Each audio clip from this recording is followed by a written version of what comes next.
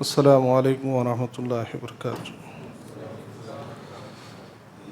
الحمد للہ ان الحمد للہ نحمدہ ونستعینہ ونستغفرہ ونعوذ باللہ من شرور انفسنا ومن سیئات اعمالنا من یہدہ اللہ فلا مضل له ومن یضللہ فلا ہادی له واشہد ان لا الہ الا اللہ واشہد ان محمدا عبدہ ورسولہ ارسلہ بالحق بشیرا ونذیرا اما بعد فإن خیر الحدیث کتاب اللہ وخیر الہدی ہدی محمد صلی اللہ علیہ وسلم وشر الامور محدثاتها وكل محدثة بدعة وكل بدعة ضلالة وكل ضلالة في النار۔ اعوذ باللہ من الشیطان الرجیم، بسم اللہ الرحمن الرحیم۔ یا ایہا الذین آمنوا اتقوا اللہ حق تقاتہ ولا تموتن الا وانتم مسلمون۔ یا ایہا الناس اتقوا ربکم الذی خلقکم من نفس واحدہ وخلق منها زوجها وبث منہما رجالا کثیرا ونساء واتقوا اللہ الذی تساءلون به والارحام ان اللہ کان علیکم رقیبا۔ یا ایہا الذین آمنوا اتقوا اللہ وقولوا قولا سدیدا یصلح لکم اعمالکم ویغفر لکم ذنوبکم ومن یطع اللہ ورسولہ فقد فاز فوزا عظیما۔ قال اللہ تبارک وتعالی فی موضع آخر، اعوذ باللہ من الشیطان الرجیم من ہمزہ ونفخہ ونفثہ، بسم اللہ الرحمن الرحیم۔ وسارعوا إلى مغفرة من ربكم وجنة عرضها السماوات والأرض أعدت للمتقين۔ قال النبي صلى الله عليه وسلم قوموا إلى جنة عرضها السماوات والأرض، أو كما قال عليه الصلاة والسلام۔ رب اشرح لي صدري ويسر لي أمري واحلل عقدة من لساني يفقهوا قولي، ربي زدني علما، ربی یسر ولا تعسر وتمم بالخیر، سبحان اللہ وبحمدہ عدد خلقہ ورضا نفسہ وزینۃ عرشہ ومداد کلماتہ، بسم اللہ الذی لا یضر مع اسمہ شیء فی الارض ولا فی السماء وہو السمیع العلیم۔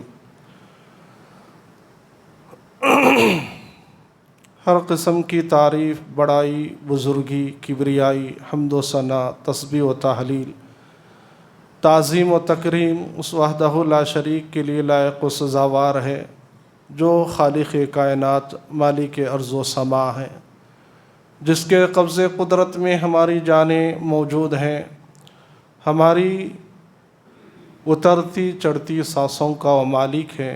جہاں پر وہ زندگی کا مالک ہے وہیں پر وہ موت کا بھی مالک ہے، جہاں پر وہ دنیا کا مالک ہے وہیں پر وہ ہمارے لیے آخرت کا مالک بھی ہے، جہاں پر وہ ہمارے لیے جنت کا مالک ہے وہیں پر وہ ہمارے لیے جہنم کا مالک بھی ہے۔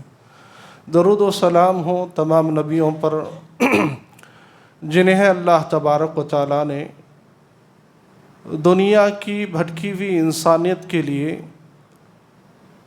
رہبر رہنمائی کے طور پر برگزیدہ چنندہ بنا کر اس دنیا میں انبیاء کی جماعت کو اللہ تعالیٰ وقتاً فوقتاً اس دنیا میں مبعوث کرتا رہا۔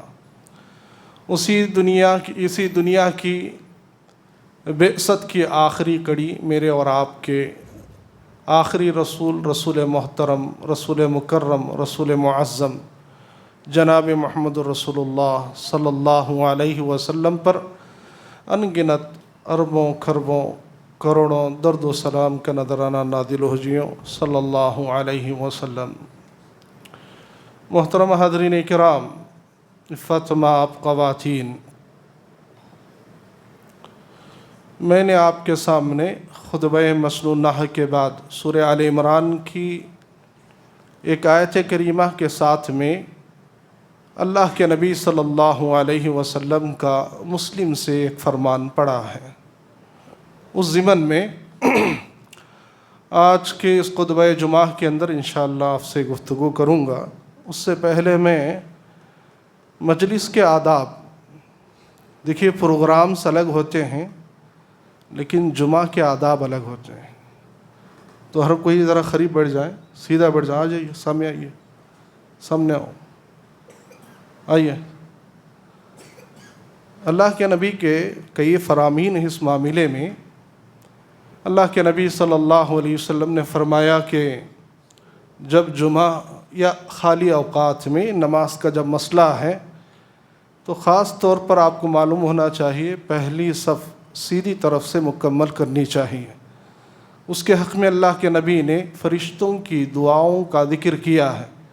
اللہ کے نبی صلی اللہ علیہ وسلم فرماتے ہیں جو پہلی صف میں سیدھی طرف سے اپنی جماعت کو یا اپنے صف کو درست کرتا ہے، فرشتہ اس کے حق میں دعا کرتا ہے، اللہم اغفر لہ، اے اللہ اس کے گناہوں کو معاف کر دے، وارحمہ، اے اللہ اس پر رحمت نازل فرما.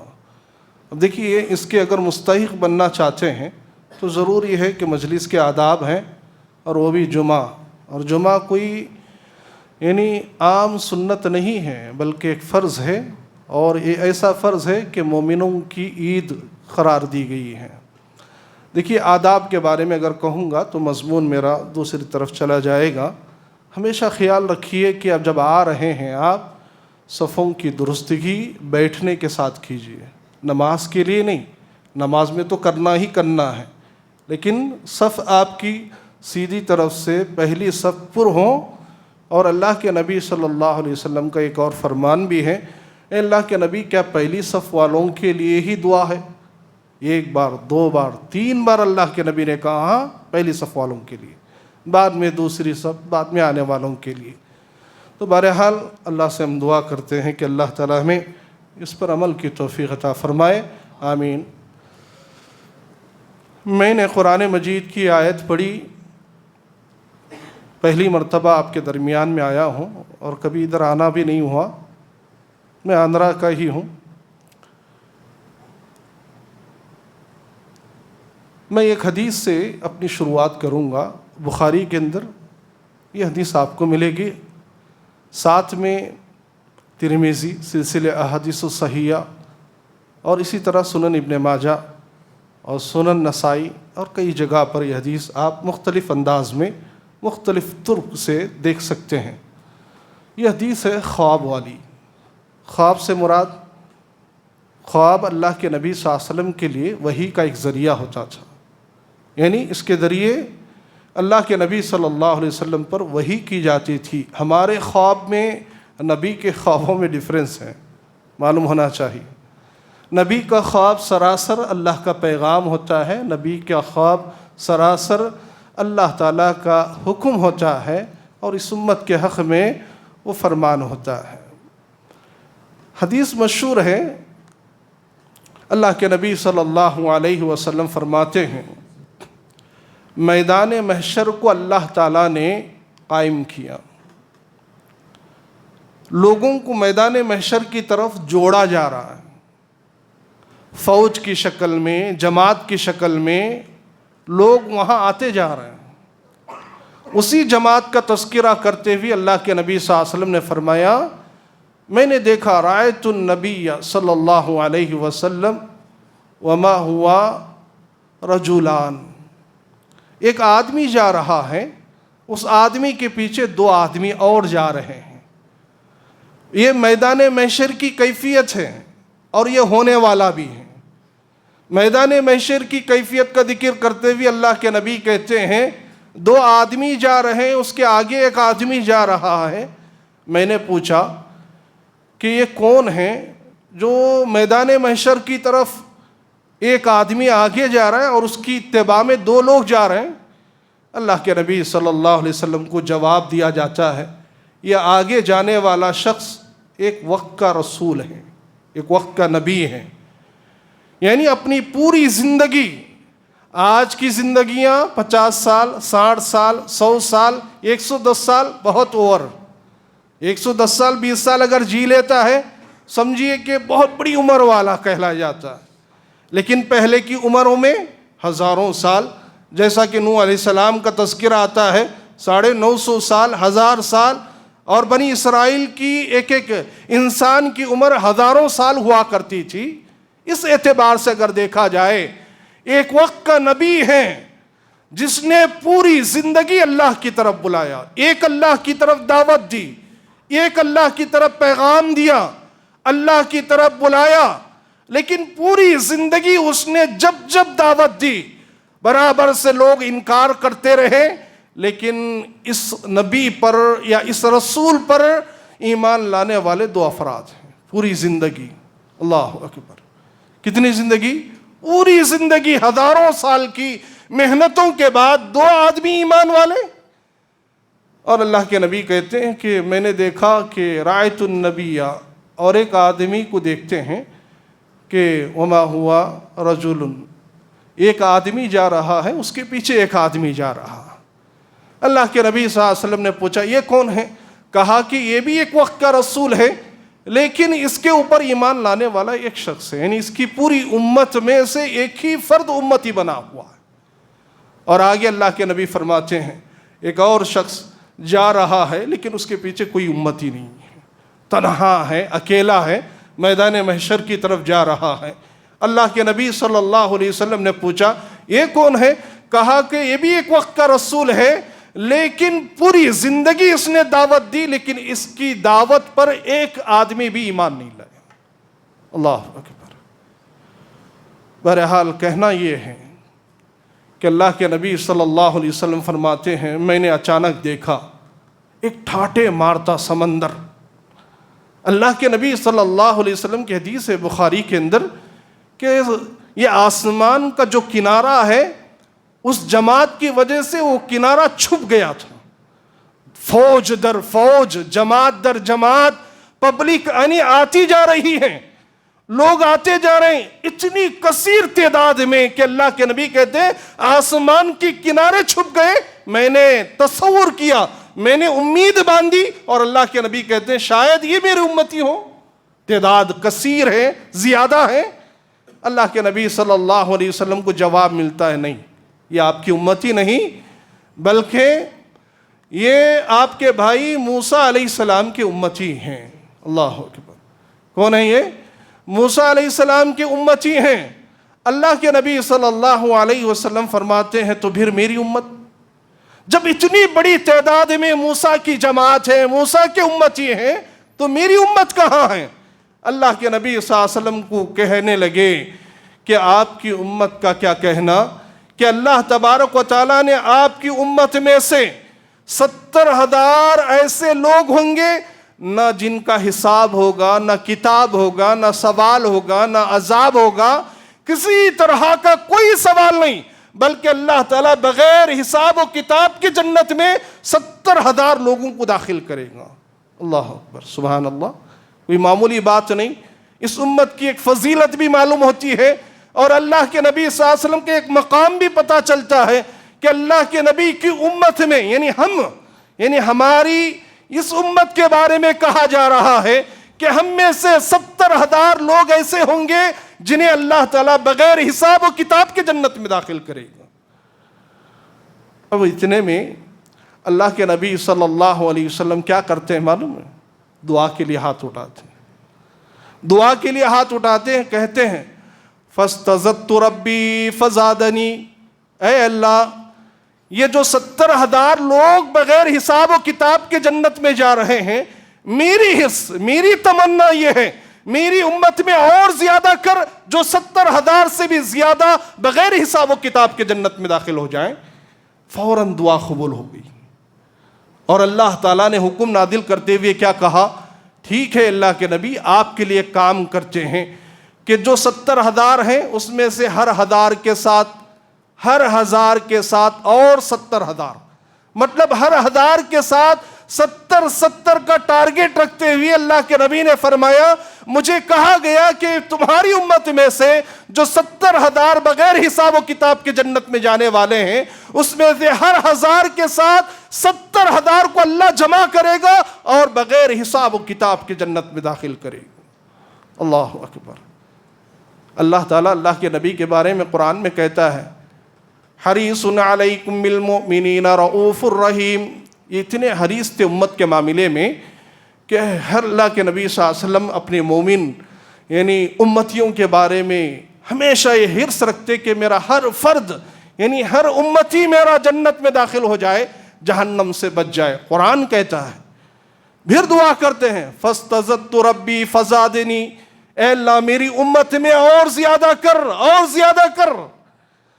تو زیادہ کرتے ہوئے اللہ تعالیٰ پھر تو فوراً دعا قبول کرتے ہوئے کہتا ہے ٹھیک ہے، آپ کی امت میں سے ہر 1000 کے ساتھ 70,000 نہیں، بلکہ جو 70,000 ہیں اس میں سے ہر فرد کے ساتھ 70,000 لوگوں کو میں داخل کروں گا، ہر فرد کے ساتھ، یعنی 70,000 جو لوگ ہیں اس میں سے ہر ایک کے ساتھ اللہ تعالیٰ 70,000 کی تعداد میں اس امت کے لوگوں کو اللہ تعالیٰ بغیر حساب و کتاب کے جنت میں داخل کرے گا۔ سبحان اللہ، کوئی معمولی بات ہے؟ اللہ کے نبی صلی اللہ علیہ وسلم فرماتے ہیں، نسائی کی روایت ہے، اللہ تعالیٰ نے جب اللہ کے نبی کی یہ حرص دیکھی، فوراً اللہ تعالیٰ نے کہا اے اللہ کے نبی، اگر آپ کو اتنی حرص ہے آپ کی امت کے بارے میں، میری بھی چاہت تمہاری امت کے بارے میں یہ ہے، جتنا کہ تم نے دعا کر کے ہر ایک کے ساتھ 70,000 کو تم نے داخل کر لیا ہے، تو میری بھی چاہت یہ ہے کہ آپ کے امتیوں میں سے میں بھی اپنے 3 مٹھیاں بھر بھر کے میں بغیر حساب و کتاب کے جنت میں داخل کروں۔ اللہ اکبر، کوئی معمولی بات ہے؟ اچھا لب، یہ جو مٹھی کا مسئلہ ہے یہ کس کی مٹھی ہے؟ ہماری مٹھی نہیں ہے، یہ اللہ کی ذات کی مٹھی ہے۔ جس مٹھی کی بات اگر کروں، بخاری کی روایت کے مطابق اگر دیکھا جائے، اللہ کے نبی صلی اللہ علیہ وسلم کے پاس ایک عالم آتا ہے، علامہ، ایک بہت بڑا علامہ، ایک آدمی آ کر کہتا ہے، کیا کہتا ہے اللہ کے نبی صلی اللہ علیہ وسلم، آپ کے رب کی عظمت میں جانتا ہوں۔ اللہ کے نبی نے پوچھا کیا جانتا ہے تو؟ وہ تورات انجیل کا بہت بڑا علامہ تھا، وہ علم رکھتا تھا، اس نے کہا آپ کے رب کی عظمت میں پہچانتا ہوں۔ اس نے کہا کیا جانتا ہے؟ کہا کہ آپ کے رب کی عظمت اتنی اونچی ہے کہ ایک انگلی پر 7 آسمانوں کو رکھتا ہے، ایک انگلی پر 7 زمینوں کو رکھتا ہے، ایک انگلی پر پورے دنیا کے پہاڑوں کو رکھتا ہے، ایک انگلی پر پوری سمندروں کو رکھتا ہے، اور ایک انگلی پر ساری مخلوقات کو اللہ تعالیٰ رکھتا ہے۔ میں کہنا یہ چاہتا ہوں کہ اللہ تعالیٰ کی انگلیوں پر پوری دنیا، زمین اور آسمان کی ہر مخلوق، چاند، سورج، ستارے، سیارے، جو بھی اللہ تعالیٰ نے دنیا اور آخرت کے لیے پیدا کیا ہے، ہر چیز کو اللہ تعالیٰ اپنی انگلیوں پر رکھ کر نچائے گا۔ لیکن اللہ کے نبی صلی اللہ علیہ وسلم اس یہودی سے کہتے ہیں، جب تو وہ رب کی عظمت جانتا ہے، وما قدر اللہ حق قدری، جیسے تجھے اللہ کی قدر کرنا چاہیے، آج تک تجھے اللہ کی قدر کرنا نہیں آیا، اور پلٹ کر جانے لگا۔ میرے بھائیوں، اللہ تعالیٰ بھی وہی بات کا تذکرہ کیا، اور اللہ کے نبی صلی اللہ علیہ وسلم نے کیا کہا کہ 3 مٹھیاں بھر بھر کے اللہ تبارک و تعالیٰ اس امت کے اندر اپنی طرف سے بغیر حساب و کتاب کے جنت میں داخل کرنے والا۔ اسی لیے میں نے قرآن مجید کی آیت پڑھی، کیا پڑھی؟ وَسَارِعُوا إِلَى مَغْفِرَةٍ مِّن رَّبِّكُمْ وَجَنَّةٍ عَرْضُهَا السَّمَاوَاتُ وَالْأَرْضُ أُعِدَّتْ لِلْمُتَّقِينَ۔ اللہ اکبر، کیا کہا اللہ نے؟ اللہ تعالیٰ نے کہا دوڑو، بھاگو تمہارے اس رب کی مغفرت کی طرف، یا اس جنت کی طرف جس کی چوڑائی زمین اور آسمان سے بھی زیادہ ہے۔ اللہ اکبر، یہ جو جنت کا تذکرہ ہم سنتے ہیں، دنیا اور آخرت کی باتیں جو سنتے ہیں، اور آج ہم جنت اور جہنم کا جب مسئلہ سنتے ہیں تو کیا سمجھتے ہیں؟ بس جنت میں جانا ہے۔ لیکن جنت جو آپ سوچ رہے ہیں وہ جنت ویسی نہیں ہے۔ قرآن نے کہا فَلَا تَعْلَمُوا نَفْسٌ مَّا أُخْفِيَ لَهُم مِّن قُرَّةِ أَعْيُنٍ جَزَاءً بِمَا كَانُوا يَعْمَلُونَ۔ نہ آنکھ نے دیکھا، نہ دل نے تصور کیا، نہ کانوں نے اس کے بارے میں کبھی سنا، اتنی بڑی اہمیت اللہ تعالیٰ نے جنت کی رکھی ہے۔ اس کی ایک ایک نعمت دنیا کی کوئی نعمت مقابلہ نہیں کر سکتی۔ اور یہ جنت کے بارے میں اللہ نے کیا کہا؟ فَمَنْ زُحْزِحَ عَنِ النَّارِ وَأُدْخِلَ الْجَنَّةَ فَقَدْ فَازَ سب سے بڑی کامیابی انسان کی دنیا اور آخرت کی اگر کہا جائے، جنت میں داخل کیا جانا اور جہنم سے بچا لیا جانا سب سے بڑی کامیابی۔ تصور کیا کرتے ہیں ہم لوگ؟ جنت، اللہ اکبر۔ اب اس جنت کی جب بات آئی ہے تو صحابہ کرام کے اندر وہ جذبہ پیدا کیا گیا، اور اللہ تعالیٰ خود جذبہ دلا رہا ہے۔ وہ ساری یہ جنت کا تذکرہ کرتے ہوئے اللہ نے یہ کہا صرف زمین اور آسمان کے برابر نہیں، بلکہ زمین اور آسمان کے برابر رہنے والی اس جنت کے لیے وہ ساری دوڑو تم، خواہشات پر، تمناؤں پر، امیدوں پر جنت نہیں ملنے والی، اور اس کے لیے دوڑ لگاؤ، اس کے لیے محنت کرو، مشقت کرو۔ اور ایک جگہ اللہ تعالیٰ نے قرآن مجید کے اندر کہا وَسَابِقُوا إِلَىٰ مَغْفِرَةٍ، صرف جنت کی طرف دوڑنا نہیں، دوڑ لگانے میں بھی، بھاگنے میں بھی جنت کی طرف سبقت کرنا ہے، آگے بڑھ چڑھ کر حصہ لینا ہے۔ اور یہ جنت کا تذکرہ کون کہہ رہا ہے؟ اللہ تعالیٰ کہہ رہے ہیں۔ اللہ اکبر۔ اللہ کے نبی صلی اللہ علیہ وسلم کی ایک حدیث سناتا ہوں، سن لیجیے۔ نسائی کی روایت ہے، ابو داؤد اور مختلف جگہوں پر ملے گی روایت آپ کو۔ کیا فرماتے ہیں اللہ کے نبی؟ ایک نوجوان کو دیکھا نماز کے اندر، نوجوان ہے، جذبہ دیکھتے ہیں نا نوجوان کیا کرتا ہے، عبادات بھی اس کی اللہ کے پاس بڑی اونچی ہوتی ہے، لیکن اللہ کے نبی صلی اللہ علیہ وسلم فرماتے ہیں ایک نوجوان نماز پڑھنے کے بعد اتحیات کے اندر کچھ گنگنا رہا، یعنی اتحیات کے ساتھ کچھ اور بھی پڑھ رہا ہے۔ اللہ کے نبی صلی اللہ علیہ وسلم سے قریب بلایا، پوچھا کیا مانگتا ہے تو نماز کے اندر؟ نماز کے اندر بہت دیر تک تو قاعدے میں بیٹھا رہتا ہے، کیا مانگتا ہے؟ اللہ کے نبی صلی اللہ علیہ وسلم نے جب پوچھا تو اس نے کہا اللہ کے نبی صلی اللہ علیہ وسلم، میں جب اتحیات پڑھتا ہوں سب سے زیادہ جنت کو مانگتا ہوں۔ کیا مانگتا ہوں؟ سب سے زیادہ اللہم انی اسألک الجنہ، میں سب سے زیادہ جنت کو مانگتا ہوں اور سب سے زیادہ پناہ جہنم سے مانگتا ہوں۔ میری اتحیات کے اندر سب سے زیادہ دعا اگر کوئی ہو سکتی ہے تو جنت کے مانگنے میں اور جہنم سے پناہ مانگنے میں گزرتی ہے۔ اب موقع تھا، اس نے بھی اللہ کے نبی صلی اللہ علیہ وسلم کو اور اللہ کے نبی صلی اللہ علیہ وسلم کے ساتھی حضرت معاذ بن جبل کو دیکھا تھا، وہ بھی کچھ گنگناتے تھے، لیکن یہ نوجوان کبھی بھی اللہ کے نبی کے قریب ہو کر سننے کی کوشش کرتا، لیکن وہ بات سمجھ میں نہیں آتی۔ جب بات اللہ کے نبی نے سوال کر لی ہے تو اس نے بھی سوچا کہ کیوں نہ میں اللہ کے نبی سے سوال کر لوں، جب موقع ہے تو سوال کرتے ہوئے کہا اے اللہ کے نبی، میں نے بھی دیکھا ہے کہ آپ بھی اتحیات کے اندر بہت زیادہ پڑھتے ہیں، یعنی کچھ ایسا گنگناتے ہیں، آپ کے دوست معاذ بن جبل بھی۔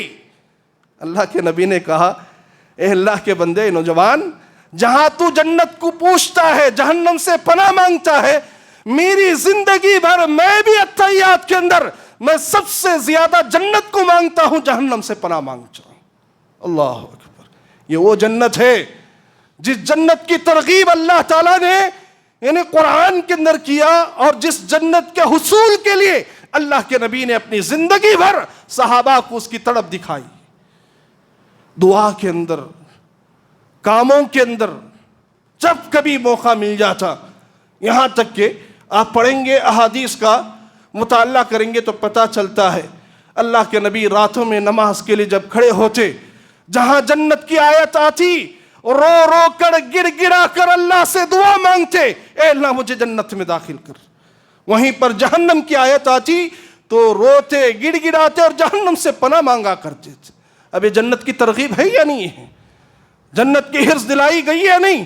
اللہ نے بھی دلائی اور نبی نے بھی اس حرص کی طرف لوگوں کو ترغیب دیا بھی ہے۔ چلو حدیث جب آئی ہے، باتیں جب جنت کی ترغیب کی ہیں،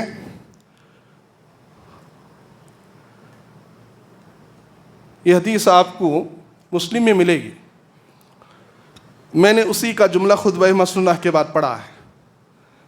وَسَارِعُوا إِلَىٰ مَغْفِرَةٍ مِّن رَّبِّكُمْ وَجَنَّةٍ عَرْضُهَا السَّمَاوَاتُ وَالْأَرْضُ، جہاں اللہ نے جنت کا تذکرہ کیا زمین اور آسمان کے برابر، وہیں پر اللہ کے نبی نے بھی جنگ بدر کے موقع پر کہاں پر؟ جنگ بدر میں. بدر کا موقع ہے, صفیں درست کی جا رہی ہیں. صفوں کو درست کرتے ہوئے اللہ کے نبی نے اعلان کرتے ہوئے کہا قوموا الی جنت, کھڑے ہو جاؤ اس جنت کے لیے, ارضها السماوات والارض, جس کی چوڑائی آسمانوں اور زمینوں سے بھی بڑھ کر ہے. کب اللہ کے نبی کہاں کہہ رہے ہیں؟ جنگ بدر کے موقع پر. میں آپ کو ایک بات بتاؤں, یہ جو زمین اور آسمان کی بار بار جو بات آ رہی ہے قرآن اور حدیث کے اندر, اس کے بارے میں معلوم ہے آپ کو؟ ابو داؤد کی ایک روایت ہے, اللہ کے نبی صلی اللہ علیہ وسلم سے پوچھا بھی گیا, اے اللہ کے نبی صلی اللہ علیہ وسلم, یہ جو جنت اور جہنم کی, یعنی جنت اور ساتوں آسمانوں کی, ساتوں زمینوں کی مثال دے کر بیان کی جا رہی ہے, اس کے بارے میں مجھے پوچھنا ہے, کیا معلوم؟ کہا یہ چوڑائی کتنی ہوگی؟ اللہ کے نبی نے کہا یہ پہلے زمین سے پہلے آسمان کا فاصلہ 500 سال کا. کتنے سال کا؟ 500 سال. دنیا کی کوئی سواری اس کا مقابلہ نہیں کر سکتی. ہاں کوئی مقابلہ کر سکتا ہے, وہ بھی جنت سے آنے والا, وہ براقی ہے جو معراج کے وقت میں اللہ کے نبی صلی اللہ علیہ وسلم کو آدھی رات میں ساتوں آسمانوں کو سیر کرائی, جنت کی سیر کرائی. ویسے اگر سواری ہے تو مانیں گے, لیکن دنیا کی, کائنات کی, انسان کی بنائی ہوئی کوئی بھی سواری لائیں 500 سال سے پہلے آسمان تک نہیں پہنچ سکتا. یہ ابو داؤد کی روایت, پہلے آسمان کی بات. اللہ کے نبی آگے کہتے ہیں پہلے آسمان کی مسافت 500 سال, اور اس کا موٹاپا جو ہے, آسمان کا موٹاپا, وہ بھی 500 سال کا. دوسرے آسمان, تیسرے آسمان, چوتھے آسمان, پانچویں آسمان, چھٹے آسمان, ساتوں آسمان, ہر آسمان کا فاصلہ 500 سال, اور آسمان کا موٹاپا بھی 500 سال. اور اس کے بعد اللہ کے نبی فرماتے ہیں اس پر ایک سمندر ہے, پانی, اس کا موٹاپا بھی 500 سال. اس پر ایک عرش ہے اللہ تعالیٰ کا, اللہ اس عرش پر مستوی ہے. اب اللہ کی ذات اتنی اونچی ہے, عرش پر مستوی, اور اللہ کے نبی نے اس کی مسافت گنواتے ہوئے کہا 500 سال, 500 سال, 500 سال. اب ذرا اندازہ کریں وہ جنت کیسی ہوگی. صرف چوڑائی کا ذکر ہے, لمبائی کا نہیں ہے. آپ پوری قرآن کھنگالیے, پوری احادیث کھنگال لیجئے, صرف جنت کی چوڑائی کا تذکرہ ہے, لمبائی کا نہیں ہے. اب وہ لمبائی کیا ہوگی ایک حدیث میں آخر میں بتاؤں گا اگر بات ذہن میں آ جائے. اللہ کے نبی صلی اللہ علیہ وسلم نے جب یہ بات کہہ رہے تھے, کہاں؟ جنگ بدر کے موقع پر, قوموا الی جنت, کھڑے ہو جاؤ اس جنت کے لیے جس کی چوڑائی زمینوں اور آسمانوں سے بھی بڑھ کر ہے. تو حضرت عمیر بن حمام رضی اللہ تعالیٰ عنہ, انصاری صحابی, جنت کی اتنی بڑی بات سننے کے بعد کہنے لگے بخن بخن, اللہ اکبر. کیا کہہ رہے ہیں؟ واہ, ایسی بھی جنت ہے اللہ کے نبی. بولتے نا اب ایسی جنت. وہاں صحابی کہہ رہے ہیں بخن بخن, اے اللہ کے نبی واہ, ایسی بھی جنت ہوتی ہے وہاں پہ. اللہ کے نبی نے اسے قریب بلایا, کہا تیرے زبان سے جو بخن بخن کے الفاظ نکلے کیا وجہ ہے؟ کہا اللہ کے نبی اس پر بڑی تعجب ہے, تعجب سے میرے الفاظ نکل گئے, میری حرص بھی ہے, یہ جنت مجھے مل جائے. اللہ کے نبی نے کہا عمیر اس جنت پہ تم جاؤ گے. اللہ, کیا خوش نصیب لوگ ہیں نا. عمیر تم اس جنت میں جاؤ گے. ایک کہنا تھا, کہا اے اللہ کے نبی اگر جنت میں مجھے جانا ہے تو اس جنت کے لیے مجھے کیا کرنا ہے؟ اللہ کے نبی نے کہا تیرے اور جنت کے درمیان موت حائل ہے, موت. اگر تیرے اوپر موت آ جائے تو جنت میں جائے گا. کھجورے کھا رہے تھے, پٹک دیا, اور صفوں میں گھستے ہوئے کافروں کی گردنیں کاٹتے کاٹتے اپنی گردن اللہ کی راہ میں شہید کر دیا.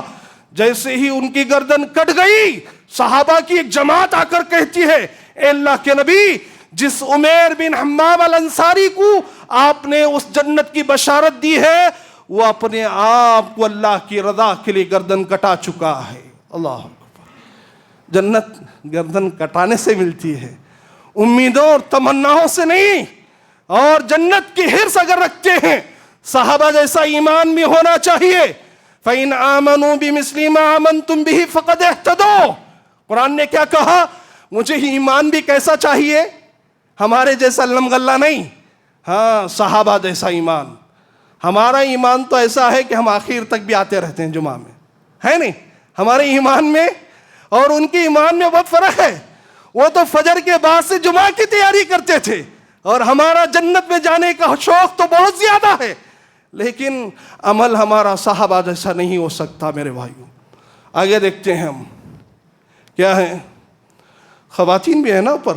ہاں صرف جنت کا شوق مردوں میں نہیں تھا، اللہ کے نبی نے شوق جنت کا عورتوں میں بھی بھر دیا تھا.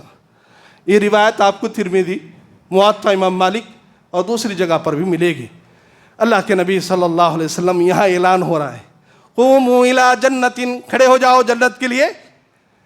نوجوان بیٹوں کو مائیں اللہ کے نبی کے پاس بھیج رہے ہیں. اللہ اکبر. نوجوان بیٹوں کو بھیج رہے ہیں. کس واسطے؟ کمانے کے واسطے نہیں، ہاں دنیا کمانے کے لیے نہیں، گردن کٹانے کے لیے. ہماری مائیں، تجھے کیا پڑھا با بیٹھ، جملہ استعمال ہوتا ہے یہاں پہ، میں بھی کرنول ڈسٹرکٹ کا ہی ہوں. ہاں مصیبت آ گئی تو کیا کرتے ہیں ہم نوجوانوں کی ترغیب؟ ایسا نہیں. ترغیب کیا کر رہے ہیں؟ نوجوانوں کی تعداد کو کھڑا کیا جا رہا ہے. کہاں؟ اللہ کے نبی کے پاس. اسی عرص میں میرا نوجوان بیٹا گردن کٹائے، میں اللہ سے سوال کر سکوں، میرے بیٹے کو میں نے تیری راہ میں گردن کٹائی ہے، اس کے وسیلے سے مجھے جنت میں داخل کر. لیکن ایک گھر ایسا بھی تھا جہاں بہت سارے صحابیات جمع ہیں. صحابیہ رو رہی ہیں. پورا صحابیات کی ایک ٹولی وہاں جمع ہو کر پوچھنے لگی، کیا بات ہے، کیوں رو رہی ہوں؟ کہا کہ آپ تو اپنے اولاد کو، نوجوان بیٹوں کو اللہ کے نبی کے حوالے کیا گردن کٹانے کے لیے، جنت حاصل کرنے کے لیے، لیکن میرے پاس کوئی ایسا نوجوان بیٹا نہیں ہے کہ میں اللہ کے نبی کے پاس جاؤں اور کہوں کہ اللہ کے نبی یہ میرے نوجوان بیٹے کو لیں، اللہ کے راستے میں قربان کر دیں. لیکن میرا دودھ پیتا بیٹا ہے، شیرخوار بیٹا ہے، میں اسے لے کر جاؤں گی اللہ کے نبی کے پاس.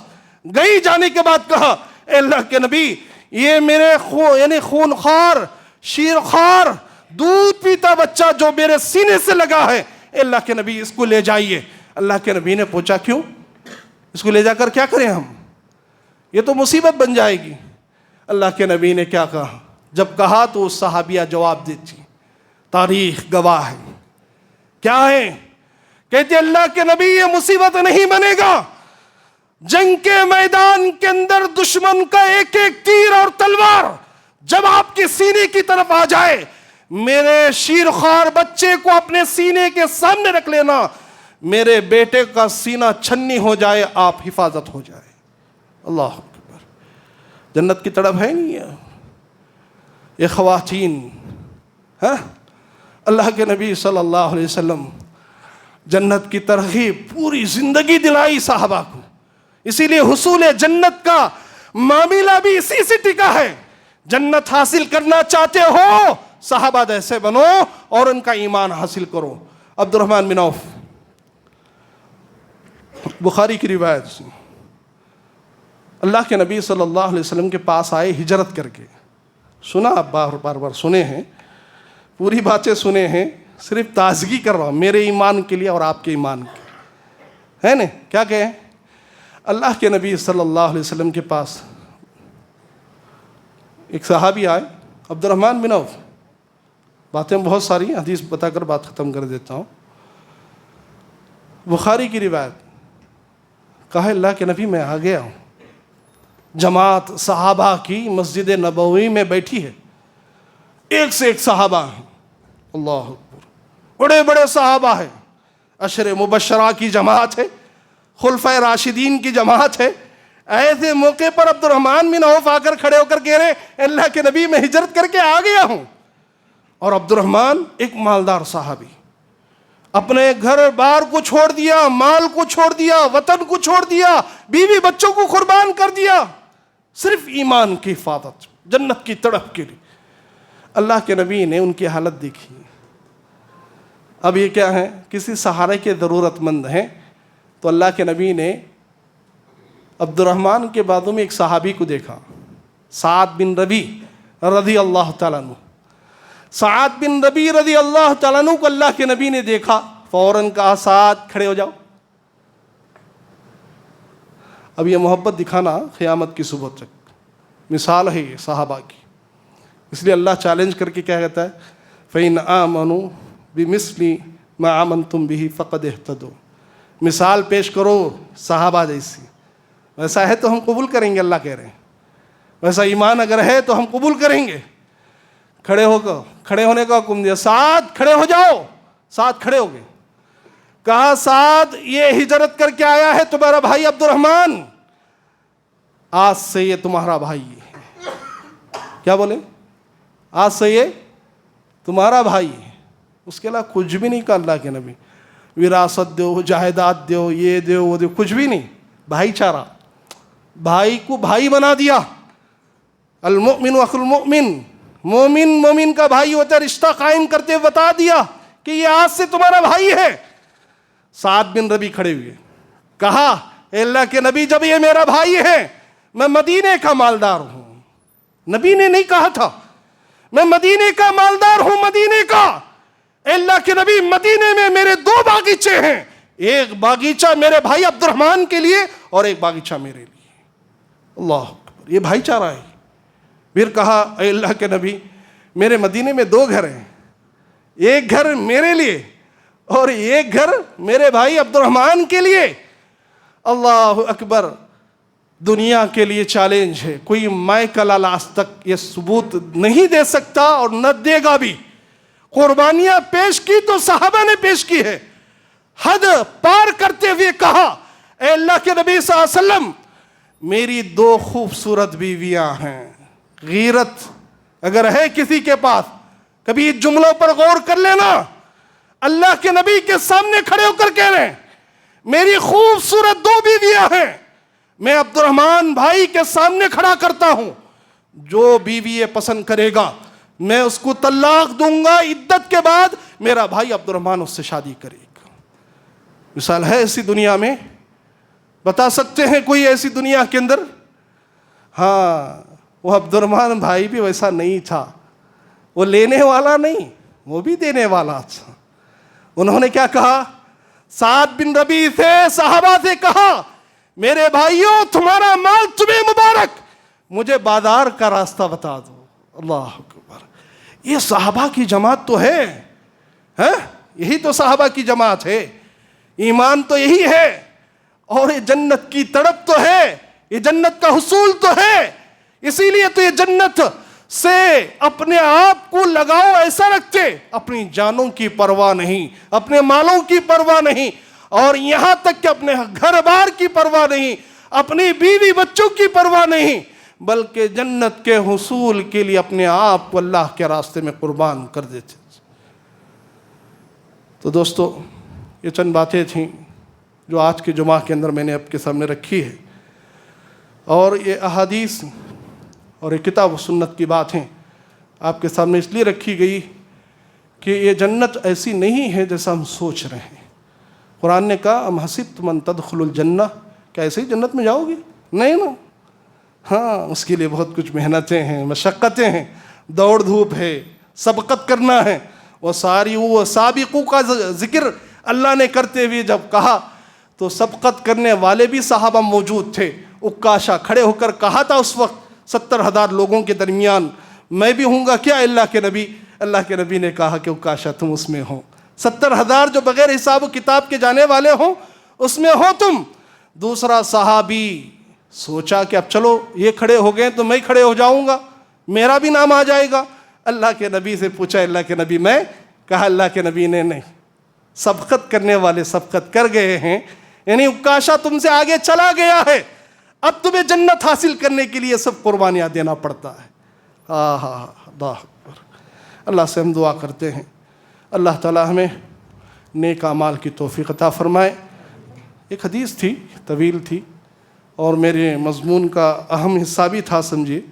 میں نے وہاں گھڑی دیکھی ہے کہ 1 اور 1:30 بجے کا وقت ختم جمعہ کا ہے, تو اس کو کبھی انشاءاللہ اگر ہماری زندگی باقی رہی اور کبھی یاد آپ کو میری ستائے تو بلا لینا انشاءاللہ, اس کا ذکر آپ کے سامنے کر دیں گے۔ ایک اہم حدیث تھی جو اس خطبہ جمعہ سے جڑی ہوئی، جو اسی موضوع کے لیے تھی۔ بہرحال میں نے چند باتیں رکھی ہیں، مناسب یہی سمجھا۔